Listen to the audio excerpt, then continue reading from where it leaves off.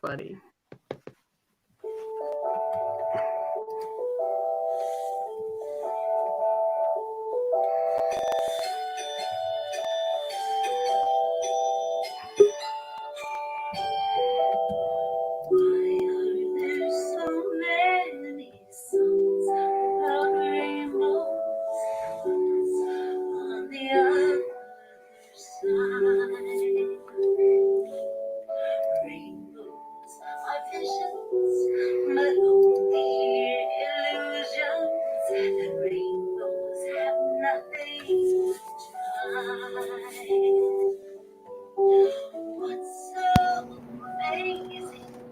So, what are we listening to?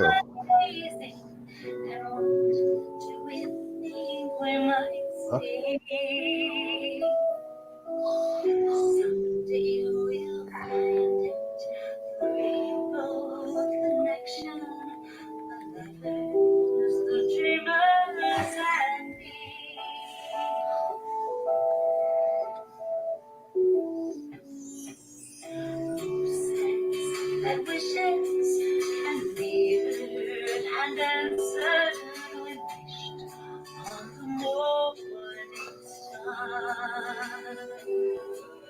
Someone thought about and someone believed it, but it's done so far. So we've been told and some choose to believe it, but I know they're only see. Someday we'll find it. The rainbow connection, the dreamers and me, all of us under it. We know that it's probably magic.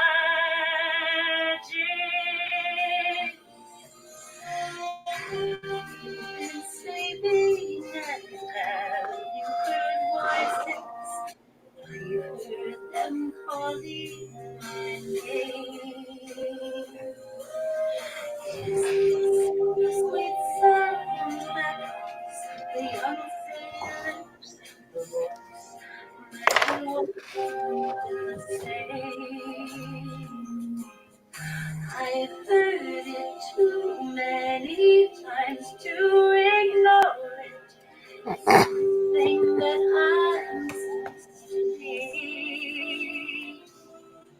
Someday we'll find it, the rainbow connection, the lovers, the dreamers, and me. Someday we'll find it, the rainbow connection, the lovers, dreamers, and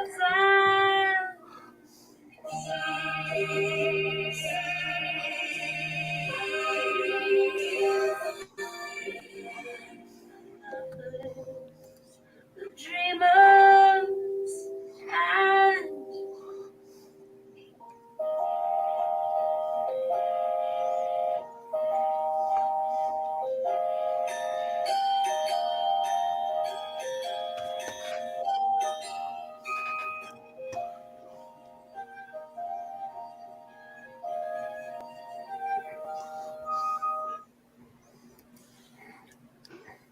Hello.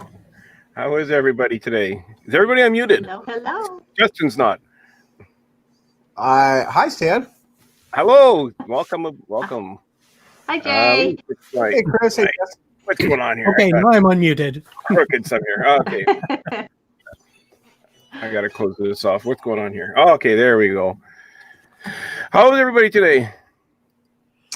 Well, I'm doing Hopefully good. I'm in my everybody's tattoo outfit Everyone for out there, Yoga's Cantina. Because this is where I'm supposed to be today. Dewey's Canteen. Oh, man, you poor bugger. Yep, me too. I'm supposed to be lounging around at Wilderness Lodge right now. So, yeah. Oh, you, guys So I heard feel this? your pain, Chris. Yes, yes. Oh, If you guys heard last week's episode, we all had the same malts up, and it was all bummers. I listened to that. And yeah, you guys started off that show with a downer. Well, we had a good time. yeah. It was a downer at the beginning, but it got really good. So, Is that the one where Muppets got thrown to the curb? yeah. Unfreaking believable. See, I've heard that, which is why I haven't listened to the episode, because obviously you guys are wrong. Okay, now what were the category was for yet For Q. It was for Q. for Q's, for best Q, Yeah. and there's 4 attractions. What was Muppets? What were they up against? I can't remember, honestly. Oh, I don't remember. I think it was like Soren or something like that, It or wasn't so. I think it was like Pirates was on that list. yeah, okay. Yeah. See, Was Pirates Tower of of Give you Terror? has a good cue, but Muppet Vision 3D, that's Hands down, amazing. hands down. If You not did a whole the show best Q. while you're waiting. And whose fault was that? Was that you, Jay, or was that George? I'll That tell you was- whose fault That that was was. George, because George went first. No, hang on. It wasn't. It was this guy's fault right here. You know, Oh, if well, I'd gone you know, first, and then, if I'd gone first, I would have had Tower and Jungle Cruise in my list. So those would have won no matter what. but Jay, you were the one who kicked my pirates to the curb, That was, and that was you, because I wrote it down. you know, when it comes And- to Tower of Terror, I have no loyalty. And you know, and I had to give I'm so props. glad that Skipper Jay now is earning the wrath of all of us, because Yes. then I don't have to bear the brunt of it for saying that Country Bears could go away. Oh, it goes around in a circle. It's just my turn right now. It might be one of your turns next. And All I I had to give props to George because he stuck with My Little Mermaid for a really long time, and I was just so thrilled with that. I was not. So- I really tried to angle Tower for the win, and I just. If I couldn't take gosh. Tower to number Mermaid one, I has was a pretty taking decent Jungle queue Cruise. as well. Yeah. But okay, so hang on. Muppet Vision 3D got kicked out because it didn't have a good queue. It has the TV sets with the show going on. It has a net full of Jell-O hanging from the ceiling. It has the movie poster screen with things happening. Has all the props set up. Sweetums comes out occasionally, not all the time, but often. Sweetums will come out and grab a flashlight off one of the props and run back in, so you get a chance to try and catch a selfie with Sweetums. How it doesn't hit for You know what, Stan? I Well, think not, you only, like. not only that, the TV screens, there's like 6 of them, and they interact with each other. Yeah, but Yeah. I think Jungle Cruise was on that list also, and I wasn't kicking Jungle Cruise out for anything. I think I No, really especially tried love to the angle Jungle my Cruise. The two queue is to the not top. I The queue want is to. not that fantastic for Jungle Cruise. I mean, I in wanna go comparison to some of these others, there's not as much like interaction and such like you have in the Muppet Vision 3D. Yeah. I don't know, like I mean, it's Not to it's mention no that the theme, key and I under the love the door- music, but Again, I was The trying key to under the take map. Tower to the. I was trying to take Tower to number one, and I have no loyalty when it comes to that ride. well, I throw my mother under it to get on it. oh look at that, she's Hey. watching too. Jay's mom, are you listening? Are She's you watching. listening? Oh my God, you're in trouble now. And Mother's Day is this coming Sunday, so you're Okay. pushing it. I honestly, Hey, Luis, I've been Luis? hearing of Cinco de Mayo since like Facebook started. What is it? I honestly don't even know. It's a celebration of the winning of a particular battle between Mexico and France, I think. Yeah, I think so. Yes. I'm guessing Mexico won. Yes. Yeah. Otherwise, you wouldn't be It's celebrating it. more of an American be, holiday than a Mexican different- one, but it's It would be Unfortunately, defeat a de celebration Mayo. of Mexican Okay, American. hang on. Let Justin explain it. One person at a time.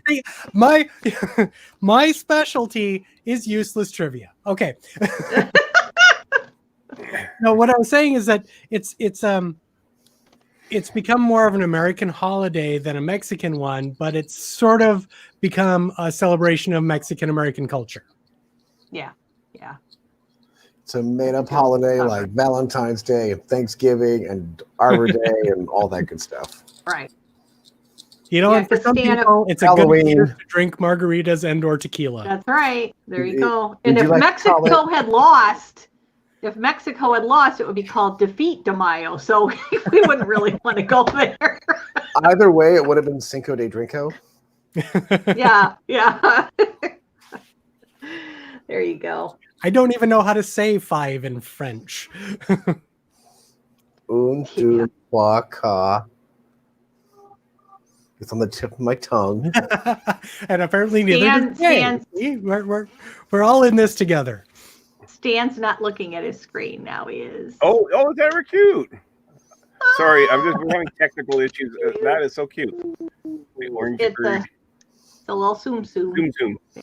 I'm just trying to get Craig on board here. He's having problems. So give me a second. I had Expedition Roaster coffee come to the house today. It's my first time trying it. The Jungle Those are Skipper so good. banana pie. Oh, And it tastes so good. the Expedition Roasters and the Joffreys we get from time to time, and it's always so nice to have that as a treat. I'm having it now. I took a little of the Starbucks caramel macchiato creamer, so I'm having a caramel banana pie coffee.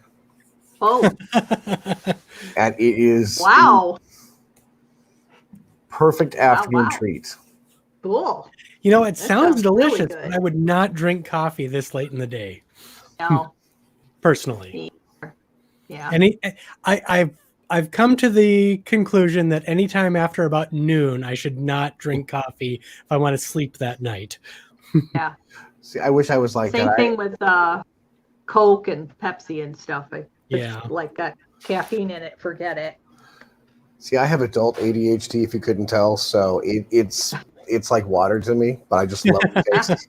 Oh, so do I, which is why I pound down the coffees one after the other up until noon. I am the most annoying morning person because I get up 5 a.m. I'm just ready to go. I'm awake. I'm bright. Everyone else hates me. Oh, gosh. Yeah, no, the Joffrey's is really, really good as well. We've had like 4 or 5 different flavors that we have ordered. The Victorian Albert's is really good. California Grill one. Tusker House. I'm trying to think of what the other one. There was one more. Can't think of it off the top of my head, but those three are. They had like a Constant Hatchaway themed looking coffee. I thought I'm gonna try that one next. Okay. So have any of you been trying the various Disney recipes that they've been releasing? Oh yeah. lately? We're live and I'm fixing my hair still. Sorry. Well, I've been doing this constantly. My hair needs to be cut. It just Mine's got like a V in it. I have calyx. This is all calyx. So when I get up in the morning, I look like this. Colic in the back, but my problem is like if I get it cut too short back here, that's when it starts to wing up like alfalfa. Yep. And boy, is that an old reference. I go in and tell them the reverse mullet. I want it long in the front, short in the back, because that way it's just always on the attack. Reverse mullet. Oh my gosh. I was actually watching Access TV. Do you ever watch that? They have all the old like rock programs on, and they do documentaries and stuff on there. Well, they had a 2-hour documentary on the Doobie Brothers, and they from the very like beginning and then into their 80s thing. And I mean, Patrick Simmons has always had really long hair, and he had the mullet thing going on in the 80s. I just broke up. I couldn't stop laughing when I saw that. Now, because now his hair is long again, and that was just so funny when you said mullet. That made me I do think have of that. photographic evidence of when I had a mullet back in the day. Oh, God. Oh man, Dustin with a mullet? Are you kidding me? My hair was down past my shoulders. I was in the back. Wow. But I wanted to keep it trimmed up in front because I want to see Disneyland like that. All right, great job stalling, guys. he made it. We got him. Here he is, Disney fine artist and Lucasfilm fine artist and Acme artist, Crag Skaggs. Welcome to the show. Hello. There we go. Hi, Craig. Welcome. Can you hear me okay? It's wonderful to meet you. Okay, wonderful to meet you too. We were talking haircuts while we were waiting for you. Yes, we Yeah. were. We got a little off topic while we were stretching for We time. kind of Everyone needs went one. to a mullet area, so I don't know if that's something you. You So now I the think question you did for it. you is: have you ever had a mullet? No. Thank goodness. Good for you, Craig. I can somehow picture Craig with a mullet more than I could Justin. Yeah. For some reason. Jay, for sure. Absolutely. Jay, you had to have had one. No, never. No. Wow. No. And my hair's been many things. It's been mohawk. It's been cheetah. It's been every color of the rainbow, but never a mullet. It may be trashy, but it never tacky. Okay. We would be eating French food today if the French won instead of. Oh, Dan is correct. We were talking Cinco de Mayo for a little bit there. Oh, okay. So, Craig, how you doing? I'm doing all right. Hanging in there. Trying to stay busy. Yeah. So, do we want to go right into this, or do we want to chat a little bit? Oh, you missed the beginning. We were playing Elizabeth's Rainbow Connection. I Yes, never we did explain what that was. Okay, so we're Oh, the opening so music. pretty. Oh, yes, you did a good job at it. You're talking about my Elizabeth, right? Yes. Yes, yes. Okay, yeah. Oh, she did a very good job. So and Rainbow hopefully- Connection is one of my favorite songs. I mean, when I used to compete in music competitions back in high school, that was one of the songs I sang one year even. Really? Yeah. Yeah, she's been in a few live Facebook shows. She's a professional singer, and everything that's going on is really cut into her shows, obviously. Sure. And she's trying to do like a lot of people. She's trying to do more things online. Everything she can.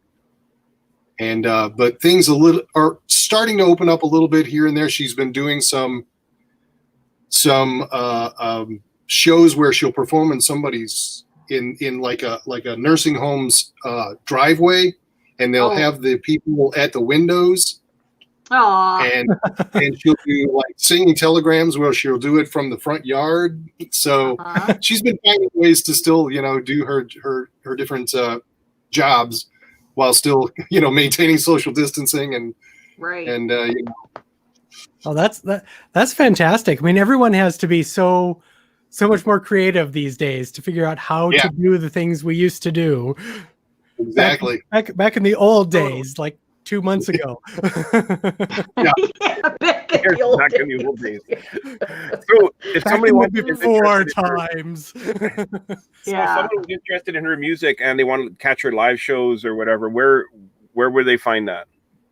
They can find her Elizabeth Lake Camp on Facebook, and they can find her at Entertainment by Elizabeth on her website. Yes. Yeah, super talented. Yes. Her voice is amazing. Yeah, she really has an amazing voice and does a lot of. She really likes, she likes new stuff, but she likes old stuff too. She does Patsy Cline extremely well. She does some Dolly. She does country. She does, old style rock and roll. Yeah, I watched her 50s. Her doing Patsy Cline. Her voice would be perfect for that. Absolutely. For which now? Yeah. Huh? No, I said I was saying her voice would be perfect for doing Patsy Cline. I bet that is fantastic. Yeah, her most requested song is Crazy. So she has done that a million times. Yep. And she does it amazingly. Oh, now I want to hear that. I'll have her come down and sing a little later. There you go. There we go. Mary was saying having too much fun with the backgrounds. I just found I wanted to use Craig's background, but I found it was a little bit too dark. So I switched it to this one. That's all. I won't be switching him throughout the whole show. I just wanted to find something that was kind of a bit more. Well, Mary, I'm also having fun with my background here. I know this Cantina. Yeah. Oh, that's pretty cool. Galaxy's Edge. Well, wearing my Batu Citizen outfit because, for anyone who doesn't know, I was planning to be there now. This was going to be my vacation to Disneyland to celebrate my birthday. Yeah, and Chris was supposed to be in Disney World right now too. Yeah. Boy. So okay, let's not talk about depressing stuff. We all have trips this year, and it just looks like a house of cards all following you. I got to tell you, I was hadn't been to Disney World since I was really young, and now that I've done the 2 Epcot shows, Epcot Art Festival shows, 2 years in a row, and just walking around all the parks and being there, I mean, I totally get it. That place is just, I just cannot wait to go back. Yeah, you got to go back as a visitor and actually see it. Yeah, absolutely. On a deadline of just seeing it a few hours in one day before I have to hop back on a plane. Yeah, right. There you go. Yeah, have you been to Animal Kingdom? Yeah, I was there briefly. Okay. I walked around. I was on my own because that was the one day I had last year that I wasn't at the table signing prints. Elizabeth got sick, so she had to stay in the hotel room. So I went around to Animal Kingdom and walked around, and I love the Avatar section. That was absolutely awesome. Yeah, it's amazing. Did you see the picture I posted with in Pandora that the mountains look like Groot if you stand a certain angle? I saw that. Yeah, it does. That's pretty neat. I took that picture. I wonder if it was actually planned or a happy accident. I asked a cast member and they said it was, but sometimes cast members don't always have all the information, so I kind of would like to get a real answer. Because how long ago did they actually start designing that? I mean, that was probably a long time ago. Yeah. Who else do we have? Cast members will give you an answer. It might not be the right answer, but they'll give you an answer. The whole ring in the ground. I'm sorry, I have to take a work. I'm sorry, I have to take a work call. Oh, Okay. Sorry. I'll just hide you from this room for now. Cool. There we go. It's whistle while you work. It's work calling. I Work love calling. that. That's fantastic.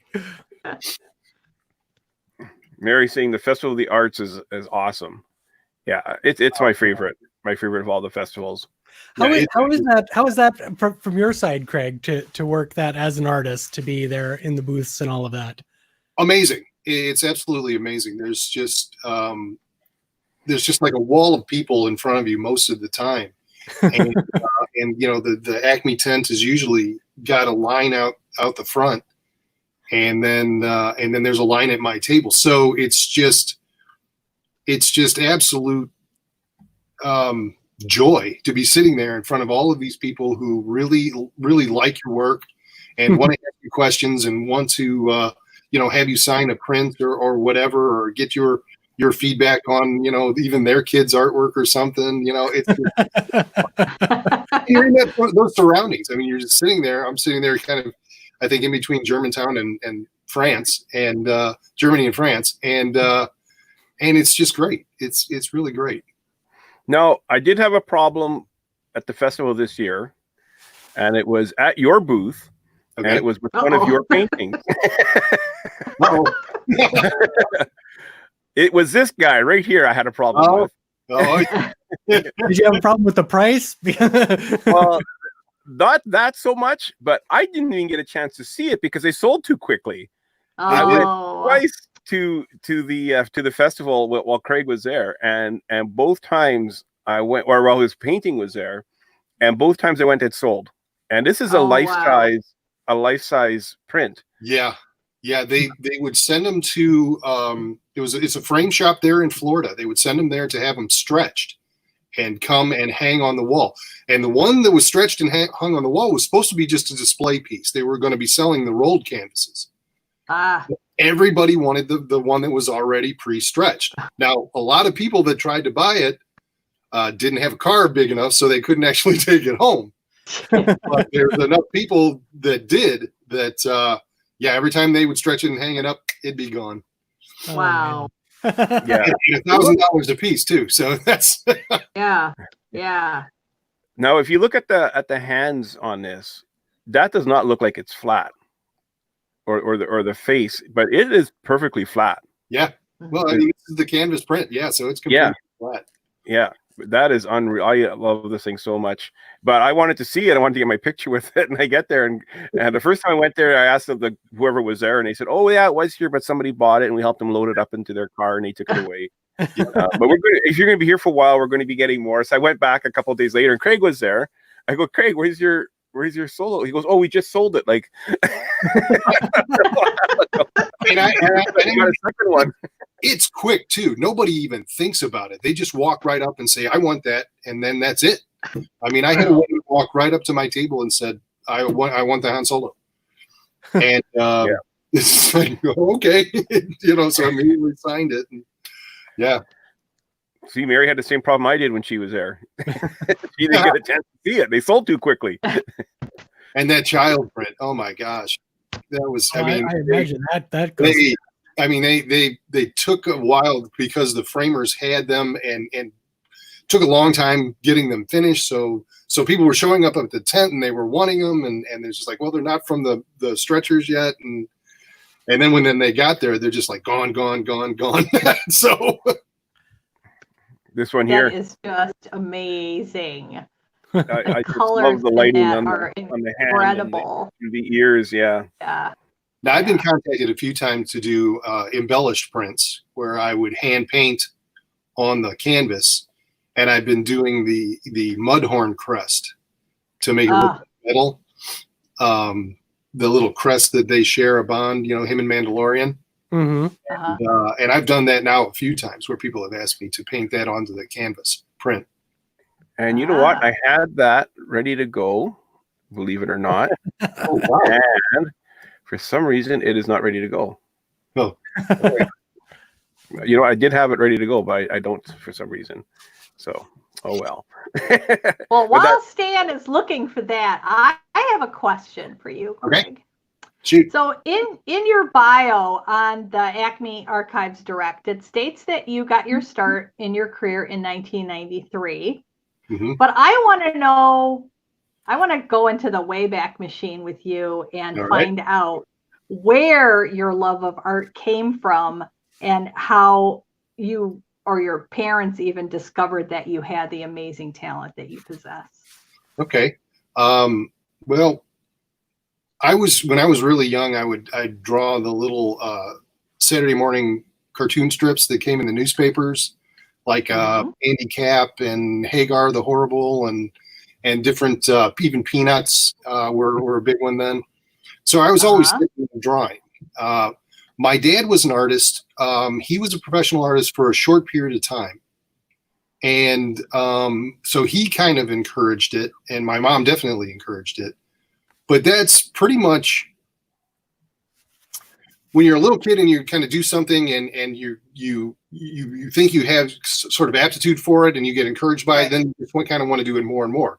And that's something that is something that I like to do. And I could see that I had an edge over the other kids around me. Cool. So, but I actually, in 1993 is when I started a full-time freelancer. I went to work for an advertising agency and started doing work full-time.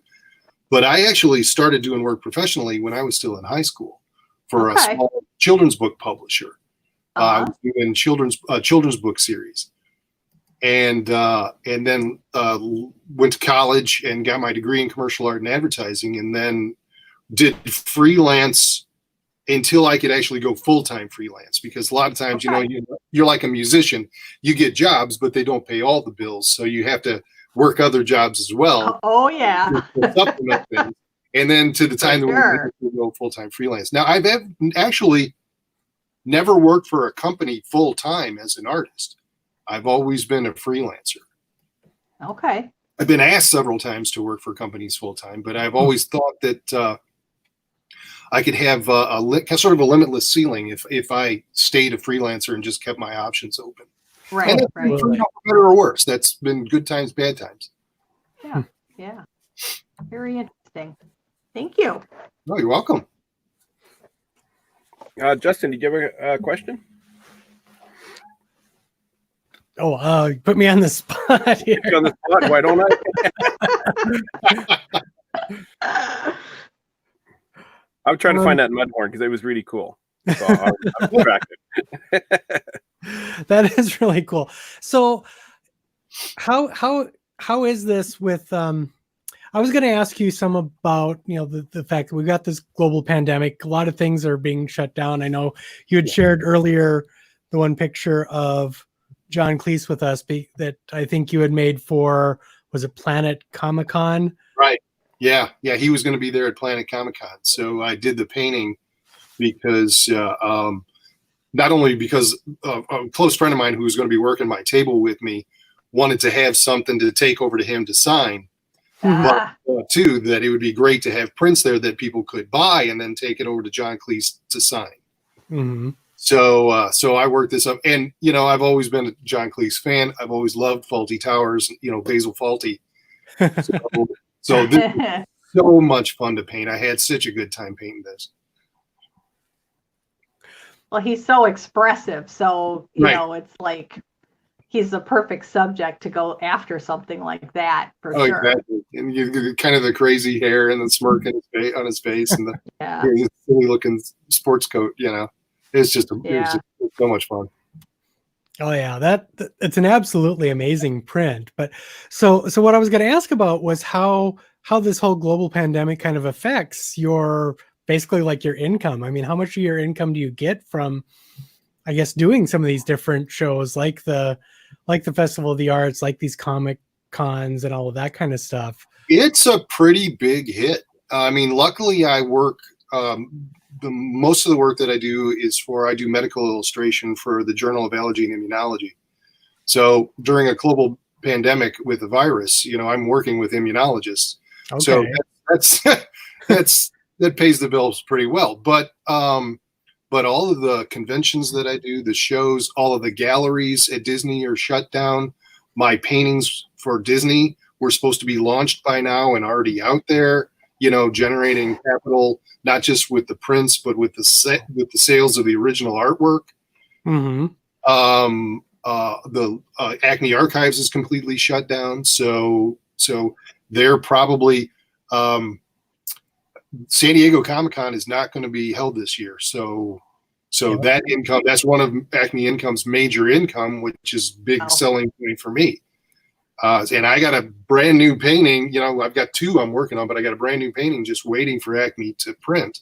And they can't do it because they're shut down. So it's a substantial hit, but luckily I still have work that I'm doing that's keeping me busy. And then I have fun. I've been trying to do different subject matters and paint things like this bird and butterfly painting beside me here. That is beautiful. Oh my gosh. Thank you. Oh. I always loved painting nature. I love doing landscapes and wildlife. So I wanted to get back and do at least a few more paintings in that scheme again.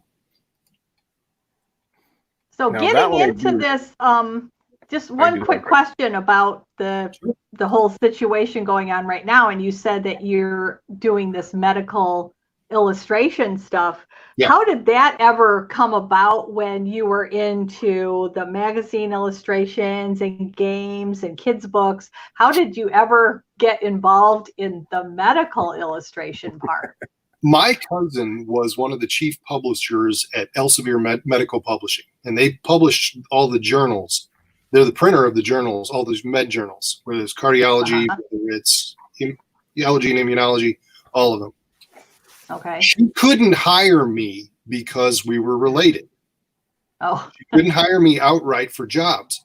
But when her team would screw up and she was hours away from having to go to print, she had to contact me and said, can you fix this? They've had 3 months to do it. They've messed it up. Can you fix this? Oh boy. And I would crank it out in 3 hours and I can send it to her. Yeah. So, but she heard that the Journal of American College of Cardiology was looking for a chief medical illustrator because their medical illustrator had left. And she said, you've got a big body of work that you've done for me. Why don't you apply? And I did. And they said, you're hired, you know? So I worked with them for about 8 years. I was the chief medical illustrator at the American College of Cardiology. And then one of the publishers from that journal left and went to work for Allergy and Immunology. And he asked me if I'd like to start working for them. Oh, wow. And for a period of time, I was working for both. Jack actually has, American College of Cardiology actually had like 5 journals that they put out. And I was doing illustrations for each along with Allergy and Immunology. So, so at one time it was just med work completely. This was before the conventions and everything. I was just doing med work and a few novel covers on the side. And then that started to taper off, and now I'm just working for Allergy Journal, and I was able to fortunately branch out and do convention work and then work for Lucasfilm and Disney. This one with the butterfly and the bird, did you get a name for it yet? I have had several good names. You know, when I put it out there and asked for a name, people gave me a lot of names. Yeah. But I mean, for the people in the chat, Elizabeth came up with a name that I'm not just because it's her, but she said name "Sing Me a Song," and I really liked that one a lot. That's actually really good. That's actually really. I was thinking World of Color. That's what I was thinking. And there was a lot of them about color and and everything. Again, all great names. But I really like "Sing Me a Song." I thought that one was really pretty. Yeah. I think "Sing Me a Song" is what it's going to have to be called.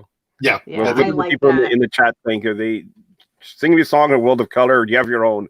Let's see what they have to say about that one. I just love that painting, that one with the bird and the butterfly, to "Sing Me a Song." Me too. And see, you know what? I think that's what it's going to have to be. I think it's going to have to be. Santa's deciding for you right now, Craig. You kind of cut out. Decided by Stan Solo.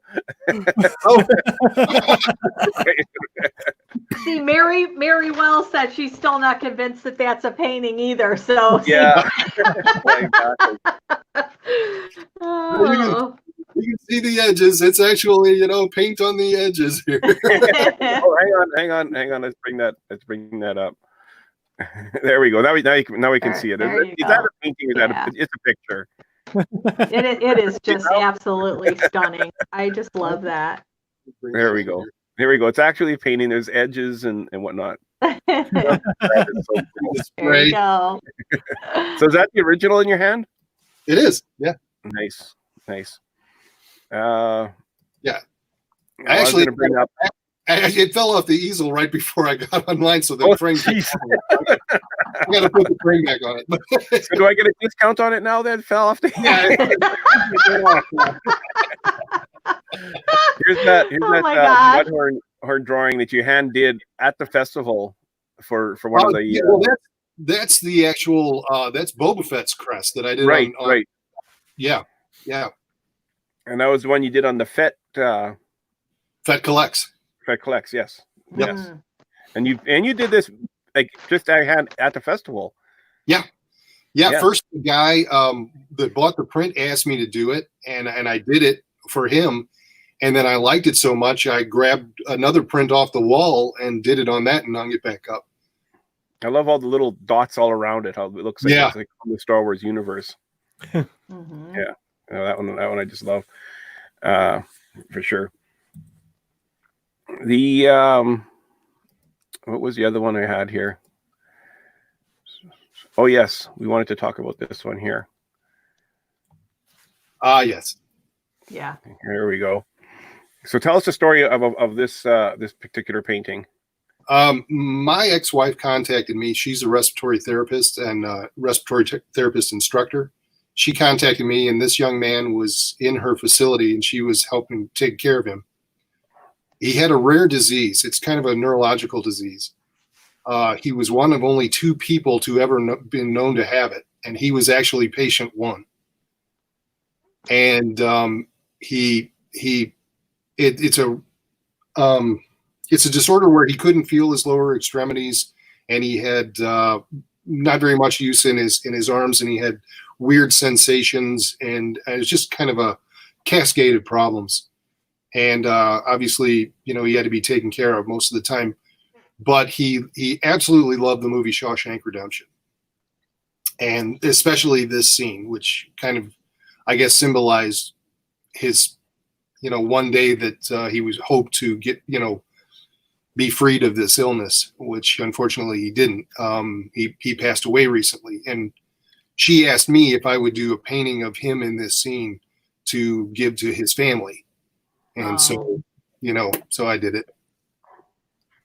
And it's a sad piece, but I wanted to do it as much justice as I could. Yeah, it's beautiful. Yeah, it's beautiful. That's for sure. Yeah, when you get contacted with something like that, I mean, you just can't say no. You gotta Right, right. set aside whatever time you can and just do it. Absolutely. So we don't have a huge crowd. I mean, it's a Friday. What is it? Tuesday. Tuesday. Yeah, Not Friday. Well, people are not Friday yet. Oh man, this is a long week. It's not like people are out and about. Yeah, but Craig asked me a while back what Disney villain should he paint if he were to paint a Disney villain. Yeah. So between Chris and Justin and the people in the chat, I'll give you time to think about it. Is there a Disney villain that you would like to see Craig paint? And you never know. You might. I mean, you're not going to get anything for it, but you might be the one that picks the next villain. Yeah, I mean, I am open to suggestions because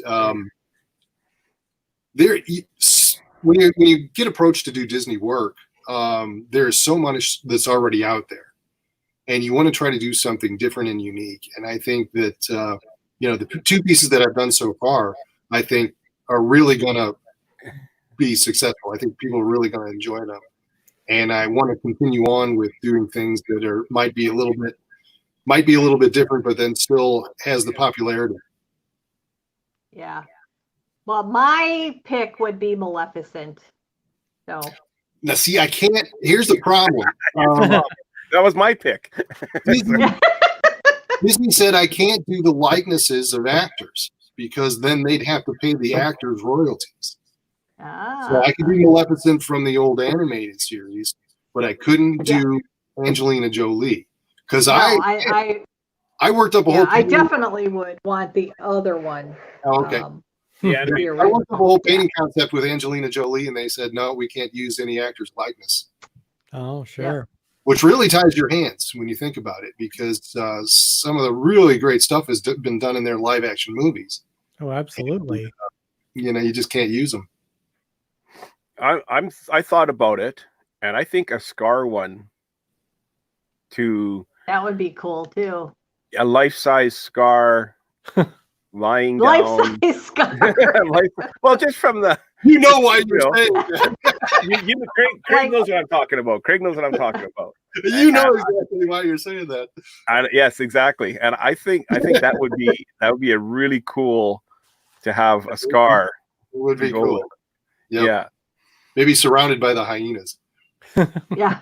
Well, I'm thinking just a close up with all the detail of the whiskers and everything. Oh, yeah. Is what I'm thinking. Yeah. Yeah, that would be cool. That would be very cool. Yeah. I kind of like Hades from Hercules. That's a fun villain too, with a lot of color and such too. With his little flame thumbs up. Flame thumbs up. Absolutely.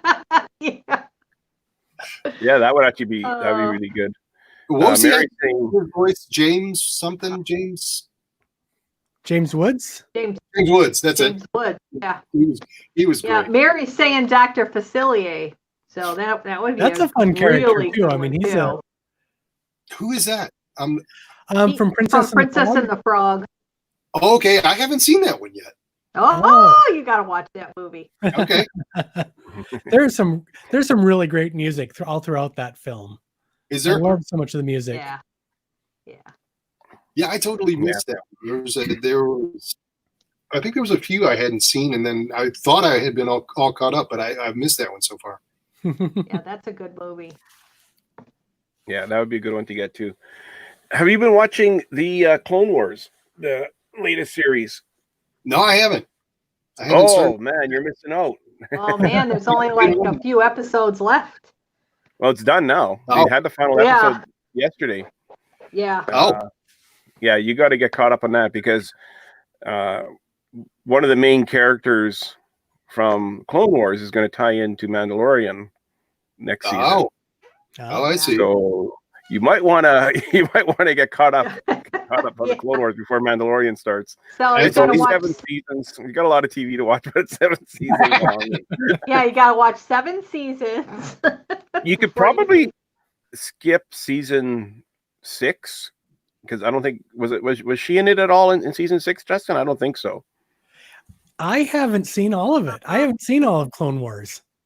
Am I the only person in the world that watched this since day one? I have watched all of them. Rebels. We've been just kind of that's really going good through too, Rebels again, which is I love that show. Clone Wars is just amazing. Clone Wars, I think I've seen about the first maybe 2 seasons. Oh, see, yeah, it gets way better as time goes on. Oh yeah, way better. Is amazing. Is this the animated series that had it is like Darth Maul returning? Totally amazing. Mechanical arachnid and his brother goes to find him and Now I have seen a few episodes, but I haven't seen the recent episodes. Yep. Yeah, so you could probably just watch this final season and just get caught up. Okay. But that final episode, I watched it this morning, and unreal. It's just edge of your seat, like so good. Yep. Yeah. Wow. Yeah. I want to talk about it, but I can't. I know. Oh. Now you say it's called Clone Wars? Clone Wars. Yeah, the Clone Wars. That's pre Mandalorian though. Mandalorian takes place after the Empire. Yep. Right. But there's a character a major character that was in the Clone Wars is going to be appearing in Mandalorian this year. They already released the actress's name and all that. I see. So it's something to look forward to for. Yeah, because she was getting introduced in Clone Wars, right? Yeah, it was originally it was a 2-hour first episode. They ended up releasing it in the theaters. Actually, it didn't do well in the theaters at all. The original movie was released to theaters, and then it was a series. Yeah. But the character we're talking about was also in Rebels. Yes. Yep. Okay. How do I remember her in Rebels? Oh, yes, you're right. Yeah, that's right. Towards the end. Yeah. Mm-hmm. Yeah. Okay, I got a question for you guys. I was just recently watching episodes 2 and 3, and I wanna get your input on something. Okay. Is Jango Fett a real Mandalorian? Because in those movies, he takes his helmet off all the time. I mean, when Obi-Wan comes to see him, he's out of his costume. He's got his helmet off. When he's standing up next to he's standing on the balcony, getting ready to go down and attack, he's got his helmet off. So I mean, have they? He's ever said anything? If you watch Rebels, one of the main characters there, Sabine Wren, is a Mandalorian. She comes from that race of people. When we see her family and other Mandalorians, they all take their helmets off. Yeah, they do. So is this I have a theory on that. Mandalorian series? He never even thought about going back and looking at that, or you think they're going to pay any lip service to it at all? My theory with this particular Mandalorian that we see in the Mandalorian, that his sect or whatever is just more strict about it. they have different rules than the rest of the race of people, as it were. Gotcha. See, So it's my almost theory is almost like a different sect of a religion. Right. Well, that would Yeah, kind see- of make sense. see when you watch Rebels, the Mandalorians, they'll come and they'll land on the platform, and the first thing they do is they take off their helmet and they go to shake hands with everybody. Yeah. It's common that they all take off their helmets. A Mandalorian doesn't. And my theory is that when he first got his suit and his uniform, somebody played a joke on him. I played a practical joke on him. They told him, you can never take your helmet off. No matter what, you'll die before you take the helmet off. And he believed it. And they're all like, hey, this guy's believing it. And all the Mandos know that he believes this. And they play along with it. That's my theory. That's probably right. That's probably it. And this is the way. Yes, this is the way. We all told him to keep his helmet on, and he does. He bought it hook, line, and sinker. That's my theory. Mando just had to live through the social distancing that the others hadn't yet. That's right. There you go. Maybe that's it. Yeah, He was ahead of his time. So now he doesn't take off the helmet. He doesn't shake hands.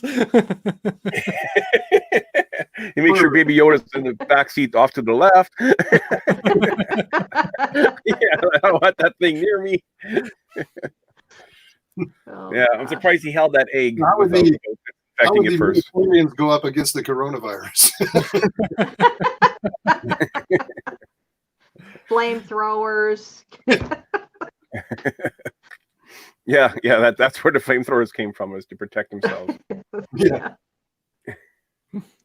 Oh, Kim just popped on. Oh man, I missed this. Yeah. David brought home a bunch of food and we had to disinfect. Oh, geez. Hi, Kim. More important to disinfect your food than to watch the Grand Circle Tour live show.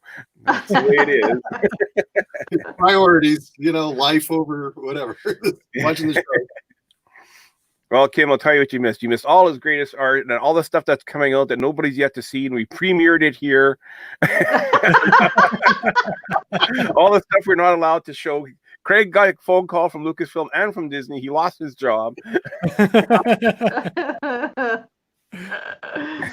Oh, He was as high as a cake kite from the disinfectant. Barbara Ann. Barbara Ann has joined us from the Lysol.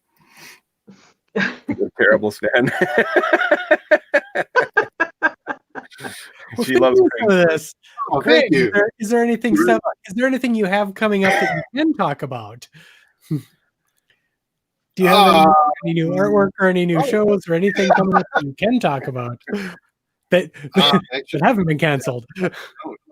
Everything. I've got 2 new pieces that are in the works with Disney. That the head of Disney Fine Art loves. So, but again, he says we're on hold now until everybody gets back to work. Yeah. So those 2 pieces, as soon as things, their studio opens back up again, I'll get right to work on those and get those 2 out. And I will say, I can't say specifically what the paintings are, but these will be based on Norman Rockwell paintings.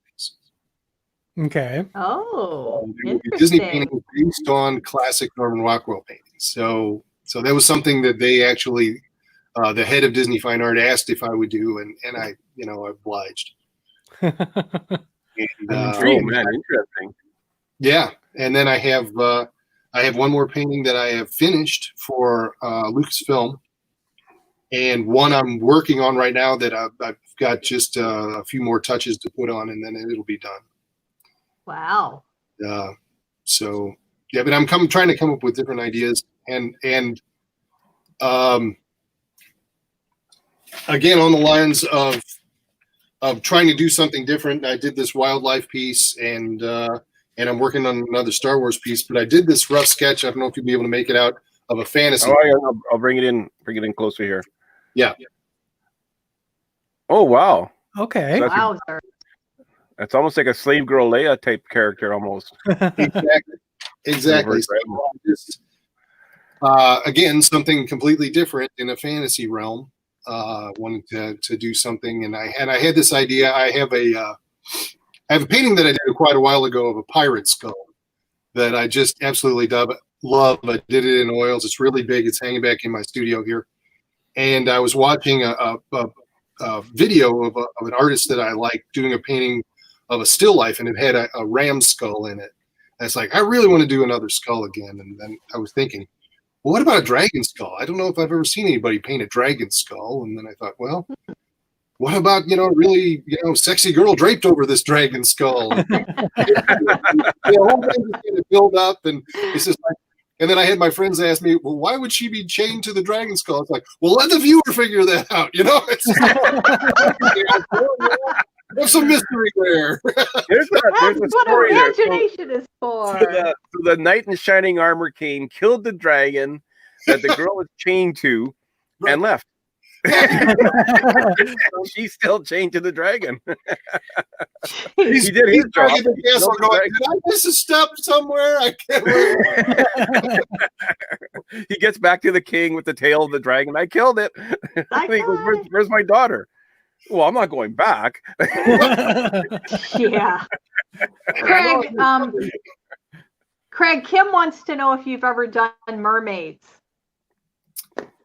I have done cartoons of mermaids, but I haven't done a painting of mermaids, which I really need to, because my wife Elizabeth just loves those. Mermaids are kind of her thing. So I need to do a painting of mermaids. Yeah, I'm a Pisces, so I totally relate to mermaids. Okay. And there's a new, well, it's probably pushed back, but there's a Little Mermaid movie coming out soon too. So yeah. Really? Yeah. Well, live action figure that I won't be able to paint. No, but you could do like a silhouette or a background, like from behind probably, or something like that. That's weird. The wave crashing up over her or something. Right. Yeah. And there's lots of fun characters in that. So if they do them digitally, I'm sure they'll look great. Yeah. A dark, mysterious mermaid thing. There we go. And Chris loves. Oh, hang on. Is that Barbara? Barbara loves Chris's ears. Oh, thank you. Is that Haunted Mansion, or what is that? Yeah, and I got my Happy Haunt shirt on too, so I had I got to take go this with the comment off. I had to go with the Haunted Mansion theme today. Oh, nice. So, yes. Yeah, she doesn't want a cute mermaid. She wants a dark mermaid. So there you go. That would be cool. I think you would do a great job with a mermaid painting for sure. Yeah, and especially maybe her and Ursula. Kind of Ursula with the big tentacles sticking out and stuff. Yeah. That would be. Yeah, Ursula's another good Disney villain to. Yeah, she is. Yeah, and I think Ursula sells quite well. Did you guys see the stage performance that they aired with Queen Latifah as Ursula? Yeah, she did a great job. I mean, she absolutely killed it. Yeah, she killed it. She was like one of the only good things on there, actually. I didn't make it that far. I started watching it and I got so far and I went, okay, I had enough of this, and that was it. I tried. There's a new Disney song one coming up, is there not? They have remember they did the sing along? Yeah, they're doing another sing along, right? They're doing a second sing along, yeah. This week or next week, I think. Yeah. Yeah. So that's something to look forward to check out. The only watchable part. There was another drawing that you did. This is more of a drawing, or is this a painting? You could tell us about it. You're going to be on this show on Friday. Oh yeah, coming up. Yeah, I've never heard of them other than through you. This whole COVID thing, people staying at home or trying to find different things to do, and my friend and his brother decided to start their own podcast, just tasting different kinds of beers, and they called it Two Brothers in Beer. And so they'll line up, whether they're tasting dark beers or whether we're going to be tasting different kinds of red beer, like Killian's. And they'll line up about 6 or 7 beers, and then they'll taste them, and then they'll rate them, and then they'll put them they'll rate them in order, what they think is the best from 1 to 6 or 1 to 7. And so I'm going to be on there Friday, and thankfully we're going to be splitting each beer 3 ways because. Okay. I was going to say, I can't see anything wrong with this concept. No. We're going to drink 6, 7, 8, 9, I don't know, 24 beer and record it and see what happens. Afterwards. But I've decided I contacted, I was talking with him and I said, well, what if we have people, once we're going to go get the lineup of beers that we're going to drink tomorrow, and then he's going to post it. And I said, well, what if we created a contest where people guess what we pick is going to be the best beers, 1 through 6. If they pick them in the right order, they would get a free print. So I'm putting up this free print. Nice. If you can guess the beers that we put in order, 1 to 6. Wow. So I thought that would be a fun little contest for anybody who was watching. Yeah, that's awesome. The odds of winning that are next to nothing. You got 6. You have to get all 6 in the right order. You don't just pick the number 1. You got to pick all 6. You got to get them all. Well, I mean, an expensive print. Yeah, you can't make this too easy. Michael says that looks like my profile pic. Oh, The Han Solo. Yeah. That's you know what, Michael, you came in kind of late. I'll put that up again. This is one of Craig's paintings that he did, and I'll show you the first picture. So this is the painting. We're all familiar with this, and this picture does not do this painting justice at all. But when I show you this one, you can kind of see the detail a lot more on the painting.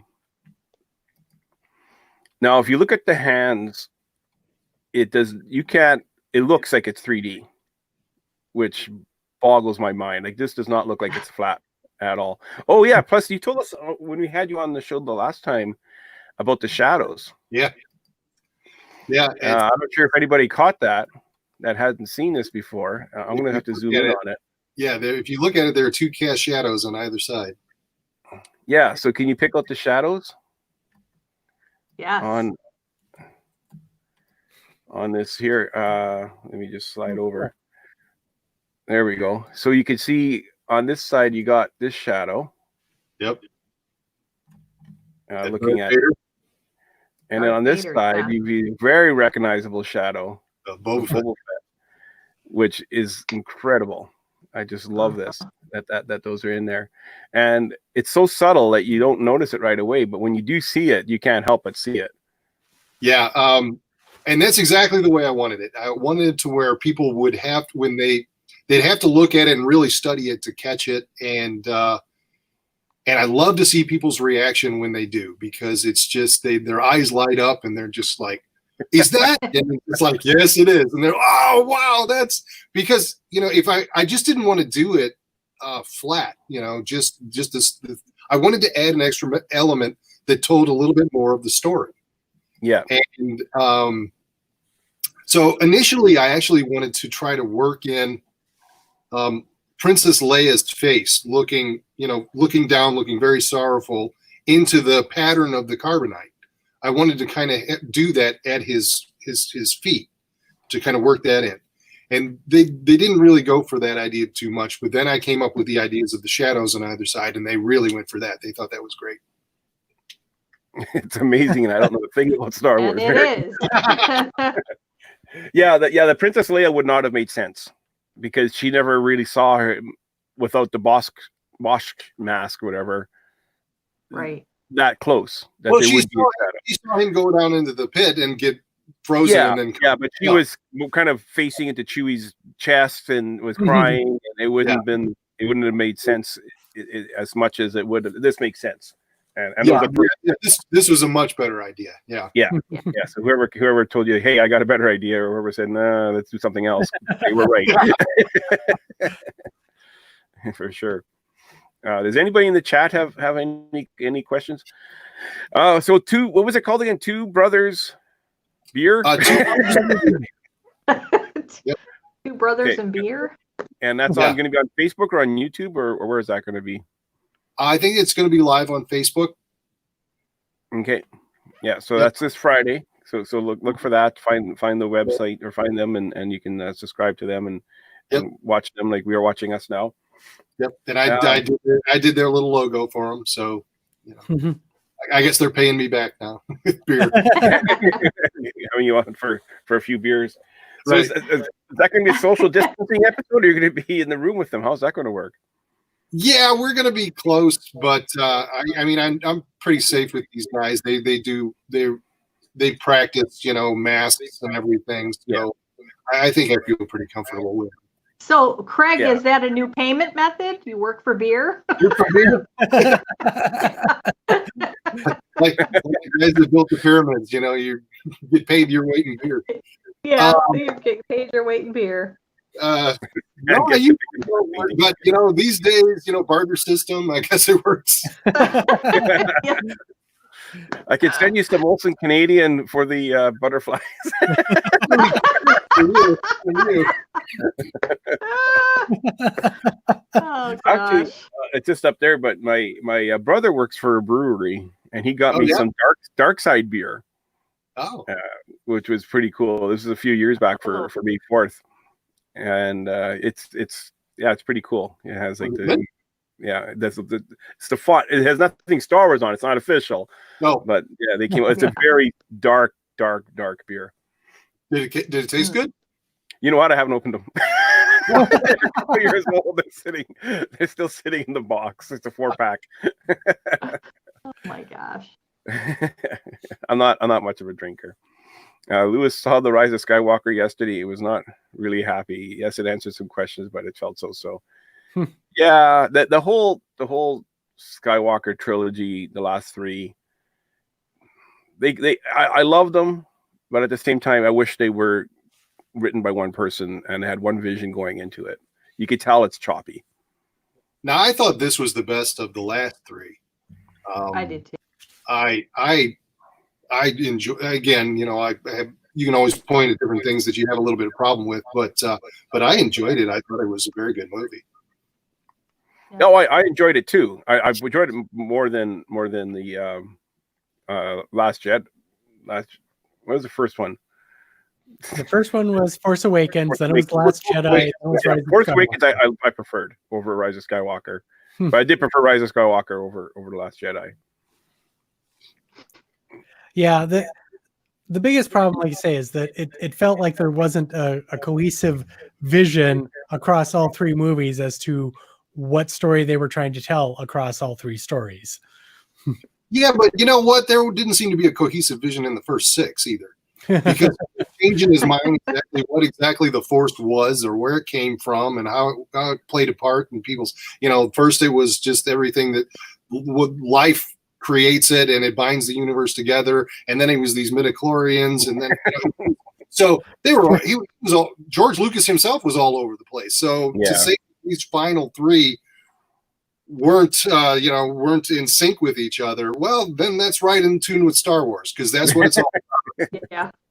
Yes, but I feel like The Last Jedi in particular felt like such the odd man out of the 3. Yeah. Because they were trying to correct so many errors. Well, it seemed like they were going in it felt like that one went in a completely different direction, and then the third one kind of course corrected back to how the first one was going. Yeah. So it felt like we were zigzagging a bit more. Well, that was it. Like the Last Jedi kind of ended with this notion that anybody could be a Jedi. You don't have to have a lineage. You don't have to be a Skywalker or a Palpatine or a Kenobi to be a Jedi. You have it. Mm-hmm. And they ended that with Broom Boy picking up the broom using the Force. This poor kid that cleaning stables.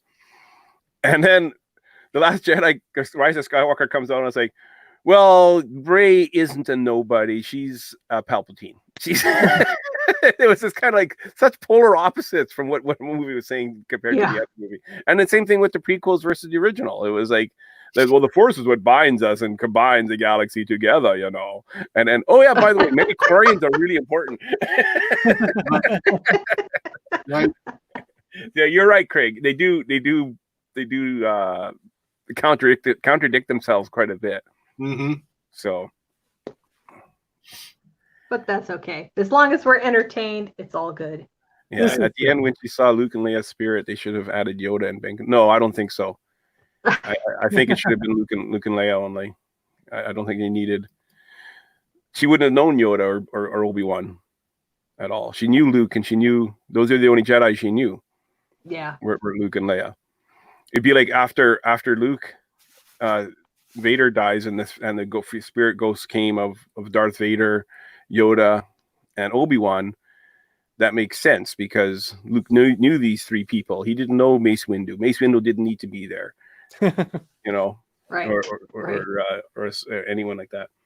Can we just not mention midichlorians? Never heard of midichlorians. I have no idea what you guys are talking about. Yeah, what are you talking about? It's this. You put some blood in a lady's shaver, and it tells you how. Okay, I have a question for all you Star Wars guys. In Return of the Jedi, when they had Darth Vader was kind of redeemed at the end, did you guys like that ending, or would you have rather have seen him stay dark? I remember at the time I really enjoyed that ending. Did you? Yeah.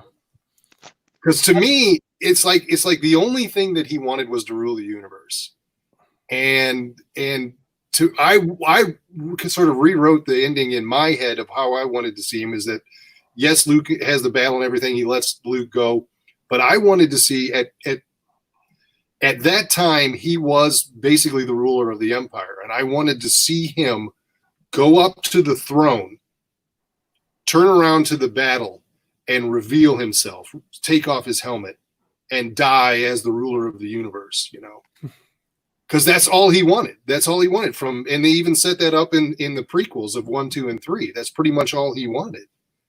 Well, he was supposed to be the chosen one and to bring balance to the Force. So I guess you have to define what the balance of the Force is. Yeah, but he never even did that. Well, that's just it. Like he made it lopsided and brought it back. One theory of that is that by destroying the Sith and by you're destroying the dark side, that is supposedly bringing balance to the Force. So by being redeemed, going back to the light side himself, and killing off the Emperor, he basically brings balance to the Force. Fulfilled that prophecy. Okay. All right. That's one theory that I've seen to try to explain that. Okay. And it's like not like I just liked the ending that they had. I just kind of I don't know. He was like at that time, and I think still now, one of the best villains, if not the best villain ever created. I just kind of wanted him to stay a villain. I didn't want him to be the good guy. You know, I think the reason they went with that though was for Luke's story, because Luke needed to redeem his father instead of killing his father. Yeah. And then the other thing is that, during the film, Luke said, I know there's good in him. You know, he said that several times. So that kind of brought that whole thing into play when he revealed, had him take his helmet off and, he admitted that he was right, that there was good in him somewhere, even though it was down deep. So, yeah, only the Palpatine didn't die for some reason. Yeah. Well, I don't know how he didn't die, but he died. But he got cloned in exactly the same kind of old man look as. Yes, yeah, he didn't come back as. Well, if you're going to be cloned, can't you come back younger? Yeah. Here's another thing I want to know. Since we're bringing it up, how do these guys with the Force always lose their damn lifesaver? I know. I don't know. Whatever you believe in, get a hand strap. Of course, they could bring it back. You know. Yep. Yeah, they don't need a wrist strap when you have the Force. Yeah. Come back immediately like they're magnetized. In episode 2, when Anakin loses his lightsaber and Obi-Wan catches it and hands it to him. He goes, "This is your life. You never lose this." Well, every one of them loses it at one point. Yeah, no, I agree. Anyway, it's all fun. I wanted to see Kylo go good, and I thought that was. Technically, he did, because he brought Rey back to life. So to me, that was the good in him. So yeah. Well, and the fact that he was fighting with Rey against both the Knights of Ren and Emperor Palpatine in the first place. Right. Yeah. Yep. Yeah, but he said he wanted Palpatine gone so he could be the sole supreme leader. And next time I put my hand out, you'll accept it, was what he was explaining to Rey. So, yeah. Did you ever hear that speaking about that final scene of Return of the Jedi where Vader throws Palpatine over the railing? Did you ever hear David Prowse tell the story of when they were filming that? Yeah. Yeah, I remember reading it a long time ago. They tried to they tried to attach the stunt man to a guide wire, and it just didn't work. And Prowse kept telling Lucas, "I can do this." And the thing is, he had a shoulder injury, but he still reached over there when Lucas finally agreed to let Prowse do it. He reached down and he grabbed the stunt guy with one hand, lifted him up over his head, and threw him over the balcony with one take. Yeah. Yeah, they kept trying different things, and at the time, they were using Prowse less and less as Vader. Because they were angry with him of what happened during the filming of Empire. They were kind of had his contract, so he was on the set, and so he wasn't being used very much as Vader for Return of the Jedi. And I think he had kind of a raw deal. I think he didn't get the credit that he deserved for acting in that role. Yeah. I didn't know that Obi-Wan sounded like Hans from Hans and Franz. You really keep this lightsaber handy. We're all going to pump you up. He's such a girly man.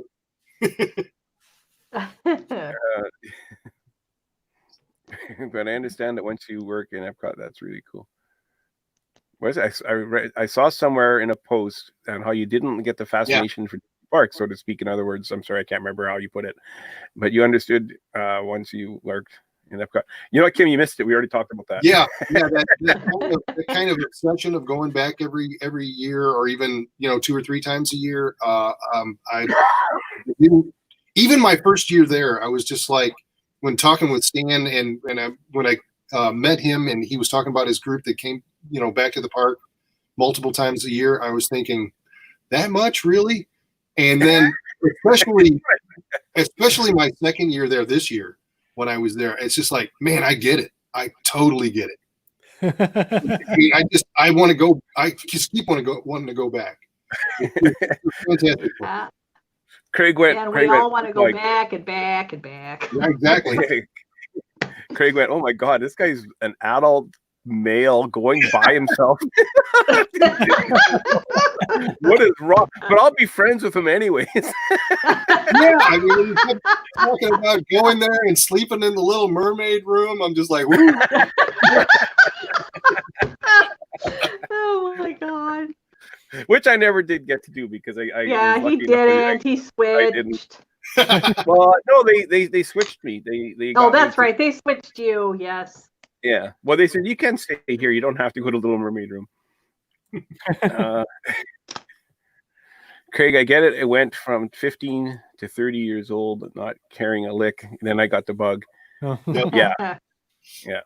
Yep. And I've got it now at 54. Stand in line for Ariel, but that's something I don't do. That's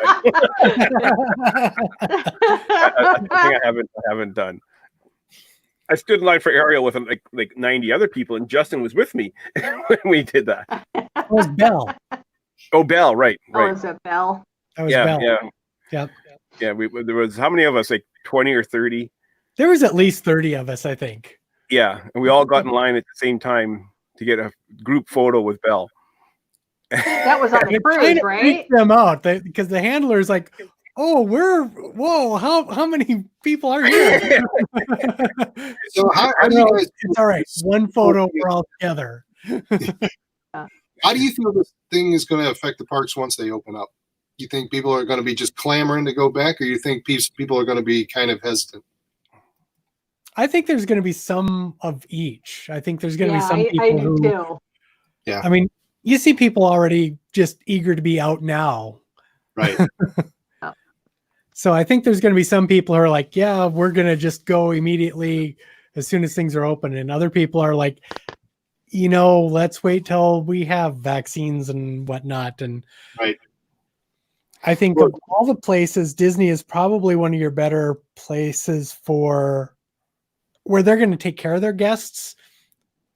I agree. I think they're going to do anything and everything they can to make people feel comfortable and make sure they keep things pretty clean as it is. Mm-hmm. So I think they will just kind of step that up a bit, maybe make it more visible in some cases.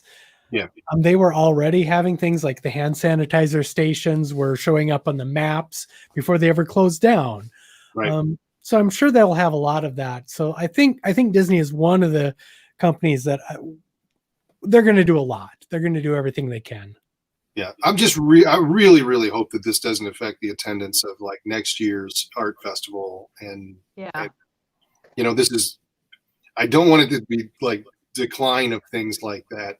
Especially now that I've just gotten into it. Yeah. Well, Justin and I have cruise tickets for January. And we'll see if that happens. See if that happens. But I'm Carnival going in Cruises September. Carnival Cruises announced today that September they're going to be sailing. Oh. They're starting. They're sending out 8 of them starting August 1st, I think.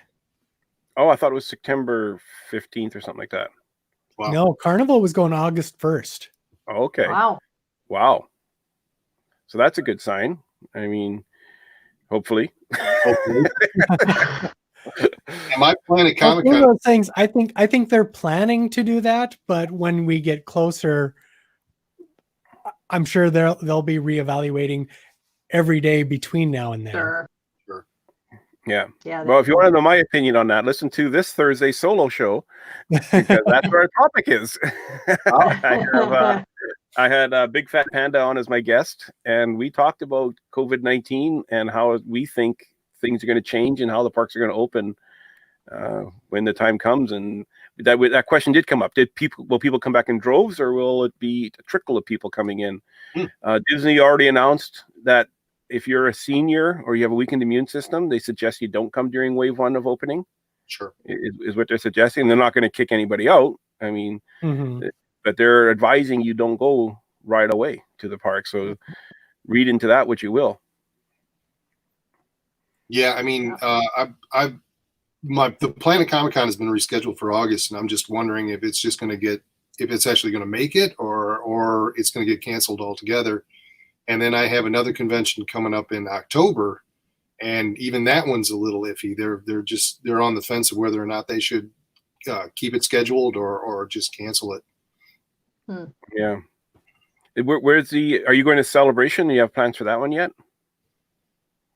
I shut down, so I'm not sure. I had plans on going to Celebration, but again, everything's up in the air. I haven't heard peep from them whether they're going or it's going to happen or what. I'm not a senior, Lewis. Come on. The last I heard from Celebration is that they're going to making the announcement. What was it, Scott? You're in the chat. Maybe you can remind me. They're going to make either cancel or postpone. Yeah, that was basically their announcement. But if they do either or, you could get a refund, and if they do postpone, you can get a refund or just keep your tickets for when it does decide to open.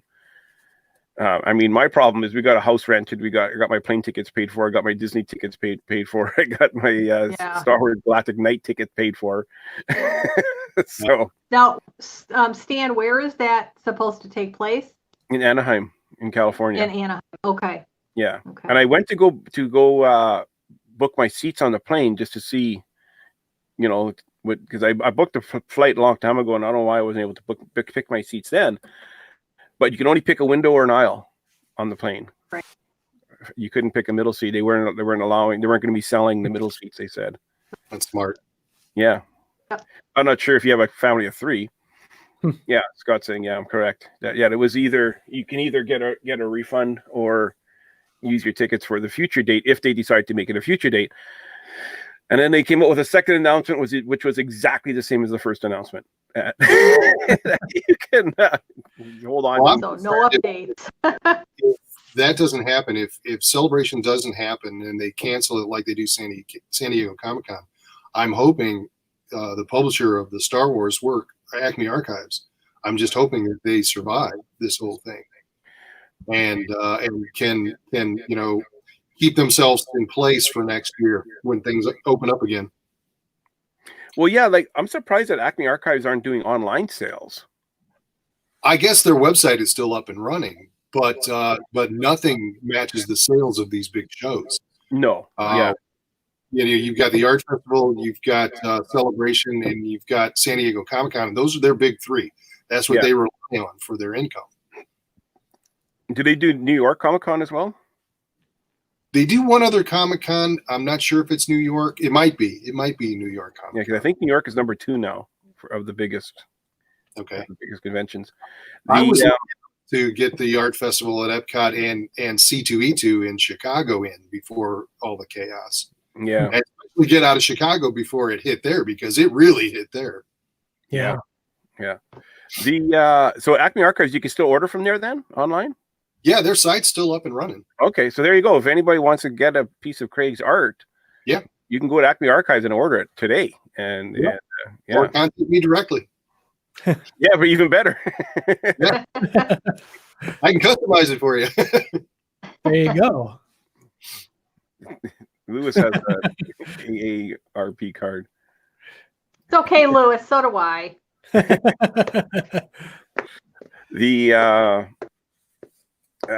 Out here, everything's open pretty much.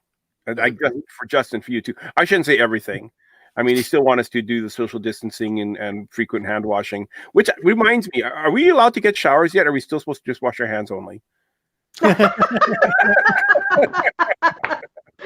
It's still hands only. But hair salons are thing? open. Malls are open, but not every store is open in the malls. Disney store, for one, isn't open. Neither is the Apple store, which are the only 2 reasons I need to go to the mall for. A lot of small businesses aren't open yet because it just started this week. So they're kind of learning the rules and whatnot. Tattoo artists are not open, which kind of makes me go, like, if anything, like, if you compare a hair salon to a tattoo artist, tattoo artists always wore masks. They've always sanitized and disinfected all their equipment in between every patient, including their chairs and everything. Like, you would think if anybody's more prepared to be open, it would be a tattoo artist over a hair salon. You're right. I personally, I was kind of shocked to hear that. Justin, I think everything's open around you too, or I shouldn't say everything, but things are opening. Yeah, I think pretty much everything other than the schools is allowed to be open at this point, although there's still some restrictions in place for some of these things. So like the restaurants are open, but they have to stay within like 50% capacity. And like bars are open, but they have to stay. You can have groups of 2 at the bar, at least 6 feet away from another group. So it's like there's still restrictions. The YMCA, I guess, is open, but they're limited in how much of the equipment is going to be available, and they have age restrictions. So basically, no one under 17 is going to be allowed in at this point. So yeah, so it's. We didn't really close down. We didn't do like the whole close down everything to start with. And what we did close down, now we're opening back up. Yeah. For those of you that don't know, Justin's in North Dakota. Yeah. We should have mentioned that. Yeah. Here in Illinois, we're still on the kibosh until the end of May, I think. So. Yeah. I'm in Illinois too. So. Yeah. Yeah. So that kind of, I think that, like, my story and Justin's story though does give people hope. I hope that things are starting to come back to normal in pockets of the world. It's a new hope. Yeah, one thing about it here is that we never had like that whole exponential growth of cases. For the longest time we were having maybe between 10 and 20 new cases a day. Now we're getting between maybe 40 and 50 cases a day. But it's been very linear growth, not that huge exponential explosion. So Yeah. I can't argue too much with what we're doing because it does seem like it's mostly enough. Yeah. Here. Yeah. Lewis was asking about elective surgeries. Yeah, I believe the eye optometrists are open. The dentists are open. I don't know if you want to. What else? Yeah, I work for the healthcare system here. I work in the IT department, but so we still have a lot of that stuff is shut down yet. Although I had heard like maybe mid-May they were going to start opening some of that up. And they're working right now to try to get the urgent care clinic running at closer to full capacity again. Yeah. They had been doing some of the COVID-19 testing in that same building, and now they're trying to get that moved out so people are more comfortable coming in for urgent care. Yeah, so that's exactly it. So the life is coming back to normal, and it will come back to normal everywhere. Is basically what we're saying. It's going to take time. Lewis is saying that Jersey is not open yet, and Jersey was hit hard. That entire East Coast is hit very hard. New Jersey is nowhere near ready. That whole area, they were hit really hard. It's gonna be a little longer for them to get things back to normal. Yeah. Wildwood is looking to open. I'm not familiar with Wildwood. Is anyone else? Is that an amusement park? I hope it's not in Jersey. I think it is. But we still do the social distancing when you do your grocery shopping. You have to, people line up 6 feet apart, only so many people out into the store.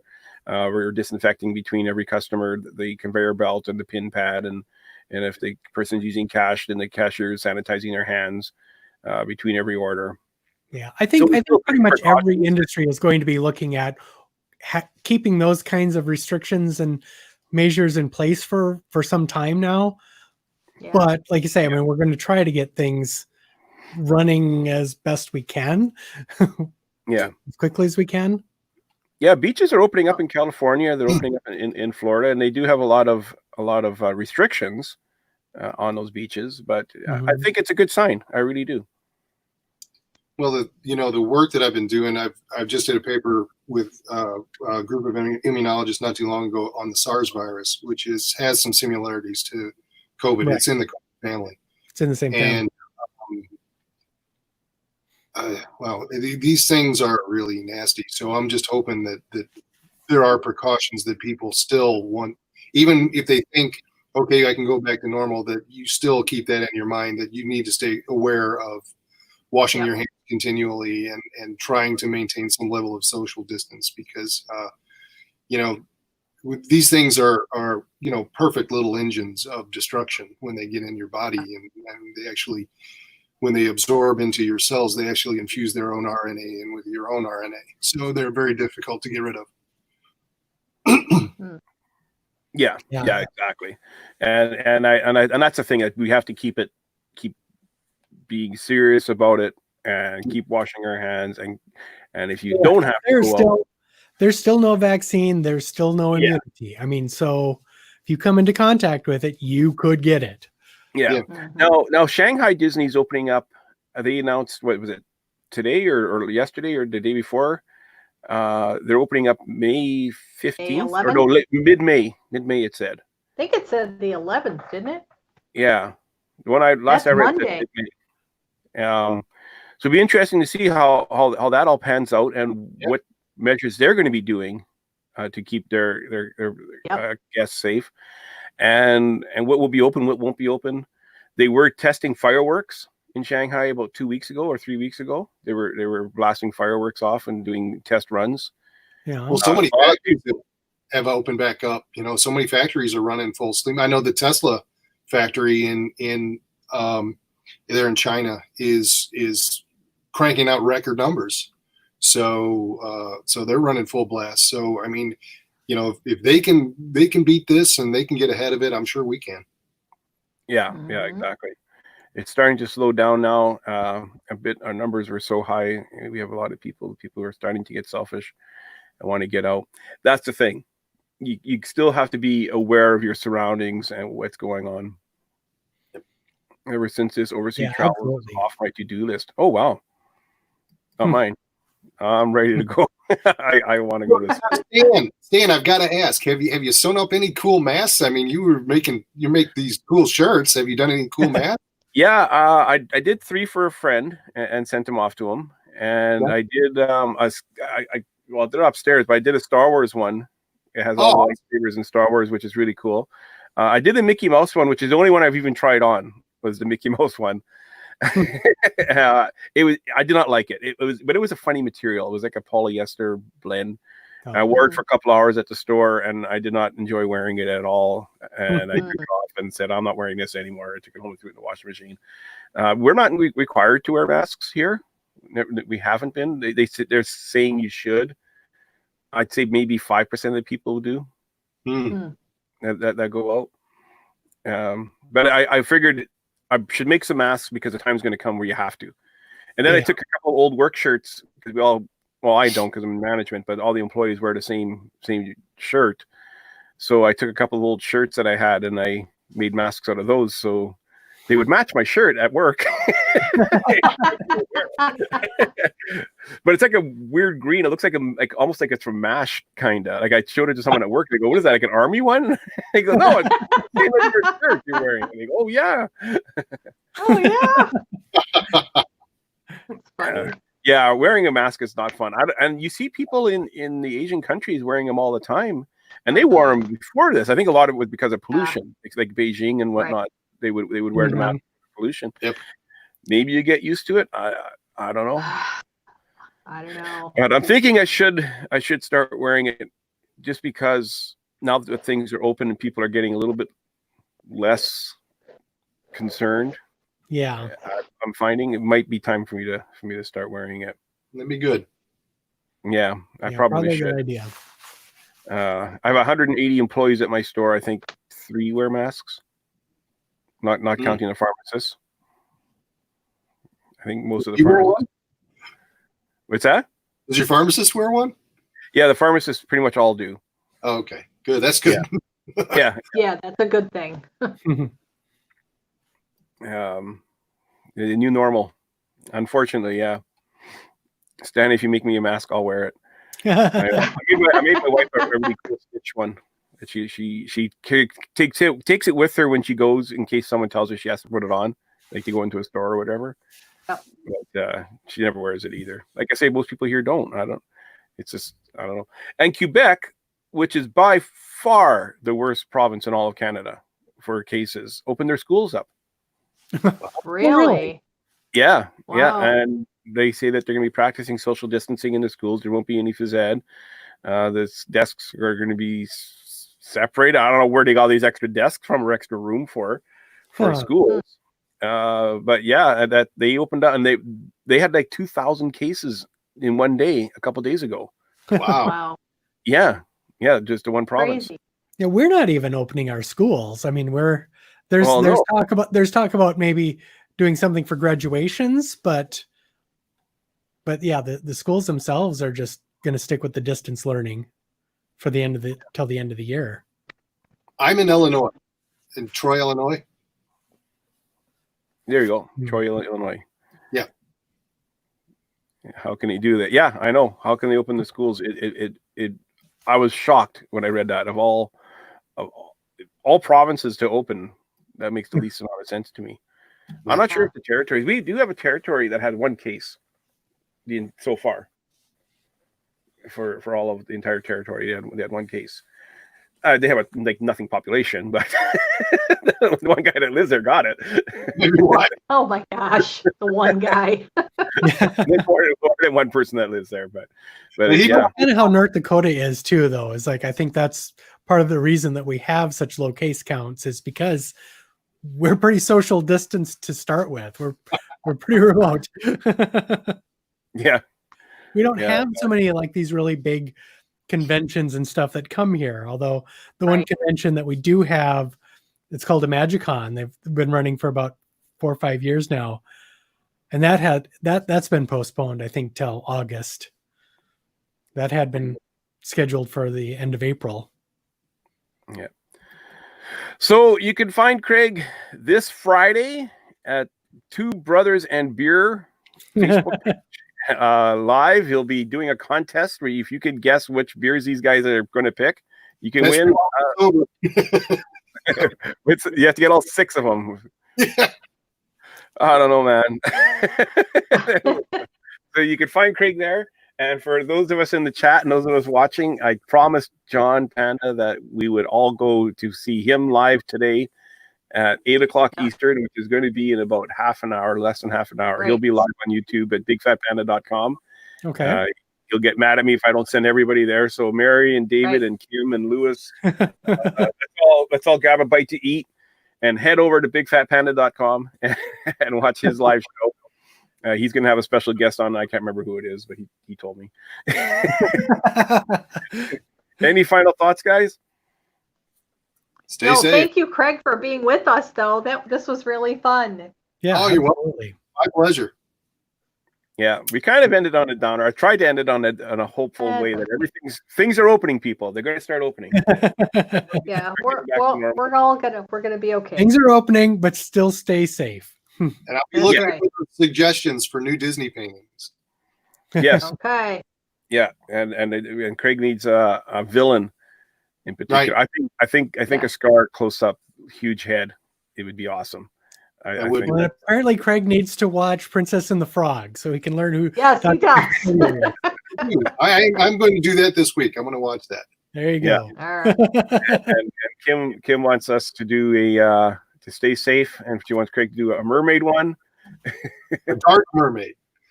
Dark mermaid. Yeah, dark mermaid. Yes. Yeah. So stay safe, everybody, and have a great day. And Craig, thank you for joining us. Oh, thank you very much, Stan. Good night, everybody. Good night. Take care. Good night. Bye.